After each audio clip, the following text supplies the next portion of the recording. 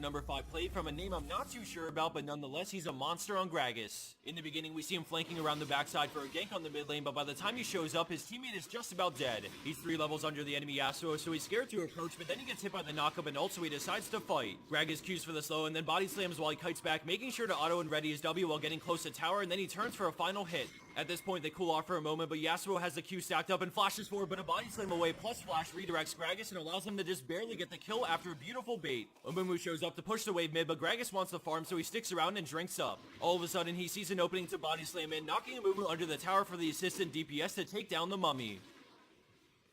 Coming in at our number 4 spot, we have Inglory on Annie, who's playing in a super close master tier game. We start this play with the enemy red team picking up momentum in the team fight as they start to slowly kill off Annie's team. Things aren't looking so hot, so Annie stays out of the fight while her teammates try to escape through the jungle as the threat of Baron continues to grow. One by one they start to fall, leaving Annie and Yorick versus all 5, but this is where Annie thinks a few steps ahead and waits patiently. She knows they want Baron, but thanks to the pink ward she makes the assumption that they'll quickly turn to kill it before going on to Baron. Without hesitation she walks up, flashing over the wall with the 3-man Tibbers, dropping Victor before going into Zhonya's in case he got off his one-shot combo. Immediately things are down to a 2v2, but she keeps Tibbers in front of Jinx, blocking any potential zaps as they focus Rek'Sai for the quad to Annie. With Tibbers leading the charge, they both rush after Jinx as the AoE from the bears slowly melts her down, and then they come in for the killing blow to get Annie the Penta.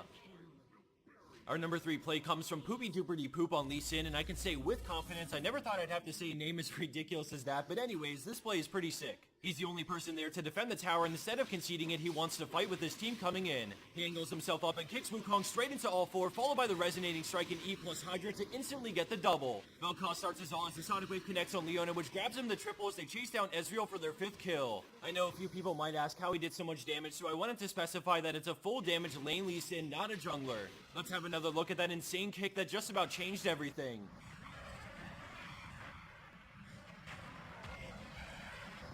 Moving along and into second place, we have Call Me Siggy on Master Yi, and I think this is one of the cooler duo plays I've seen because the teamwork here is amazing. With the enemy team on Dragon, he pops his ult and rushes in, alpha striking alongside Smite for the steal. They go on him, but a great meditate reduces so much damage as Lulu pops him up and he gets the kill before getting CC'd. He Qs Jace at the same time Glitterlance goes through, and then he alpha strikes again for the triple, into another meditate to buy time for his teammates to rush Caitlyn. Thanks to Lulu's support from over the wall and all the resets, Siggy picks up the quad and Dragon Steal for his team.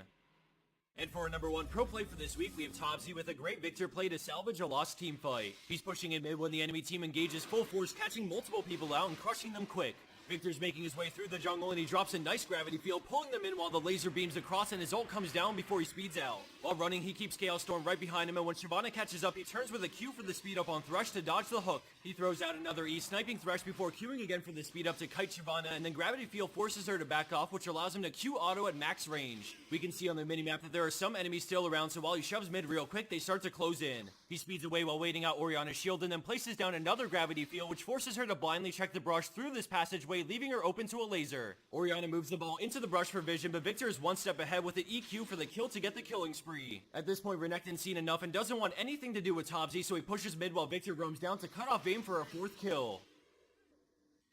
And for our bonus clip of the week, we have Plux24 on Riven, and I apologize about the lower quality of this recording. It was directly submitted to us, already recorded. This play features Riven and the enemy team in a wild chase that takes us all around the map with some pretty good jukes along the way. At this part of the replay, she's trying to abuse her lifesteal to 1v2, but Jinx is coming, so she decides to peace out. She tries to turn thinking they can't see her, but she doesn't do enough and ends up flashing away from Victor's burst. While the chase continues in the background, I wanted to shout out Loot Crate, who's one of the leading sponsors for our channel. They gave us the code POTATO1 for 10% off their crates, so to anyone thinking about signing up, you can do us a huge solid and use the code, which is also in the description box. For those unfamiliar with Loot Crate, you basically sign up and they ship you a box every month full of cool gamer gear that's worth at least $40 in value. Every single month the box is themed, so I encourage you to go check out the link in the description and take a look at some of the past crates to see if you like what they deliver. Thanks for tuning in for today's episode. It was a pleasure having you, and I hope you enjoyed the video. As a final question to those who stuck around this long, what do you think we could do to excite you guys to submit more plays? We understand the replay systems have always been a bit wacky, but we're planning on doing about 3 to 4 videos a week from now on, and we need some more submissions to keep the quality high, so we're